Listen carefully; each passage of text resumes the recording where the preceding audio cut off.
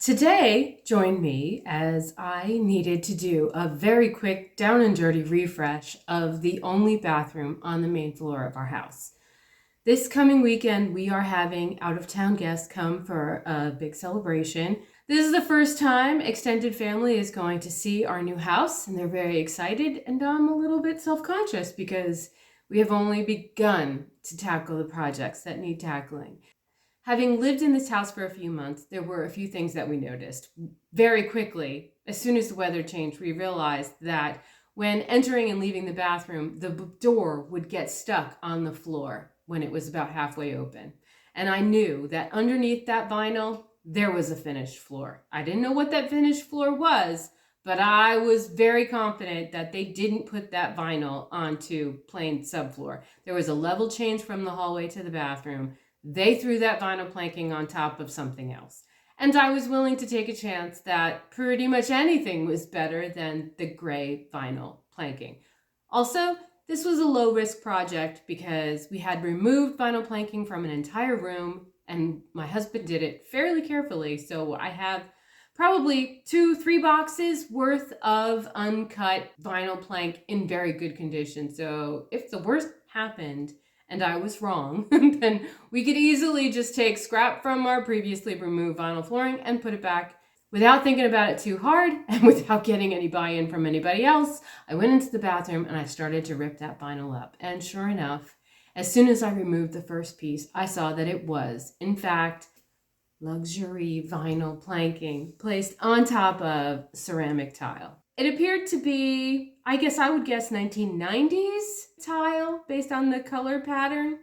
The width of the grout lines, extremely wide. And I didn't love the look. But first things first, I tackled cleaning. I got several cleaning solutions, several scrub brushes, a lot of rubber gloves for my hands, and I scrubbed and scrubbed and scrubbed. But even with all the scrubbing, I was able to get the tile clean, but I was not able to get that grout any color other than gray. We went to the home improvement store, and my husband needed to replace the wax ring because he had to pull the toilet since I had ripped out the floor.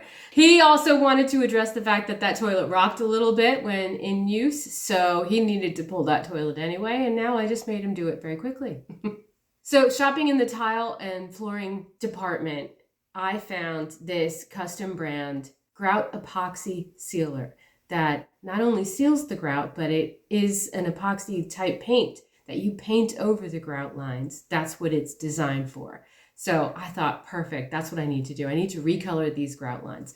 I was pretty confident that if I could make those grout lines blend in with the tile color and make them disappear, the floor would be far more attractive. I knew it was clean, it just didn't look clean. So I thought if I could paint over those grout lines, make them disappear, then that room would feel fresh once again.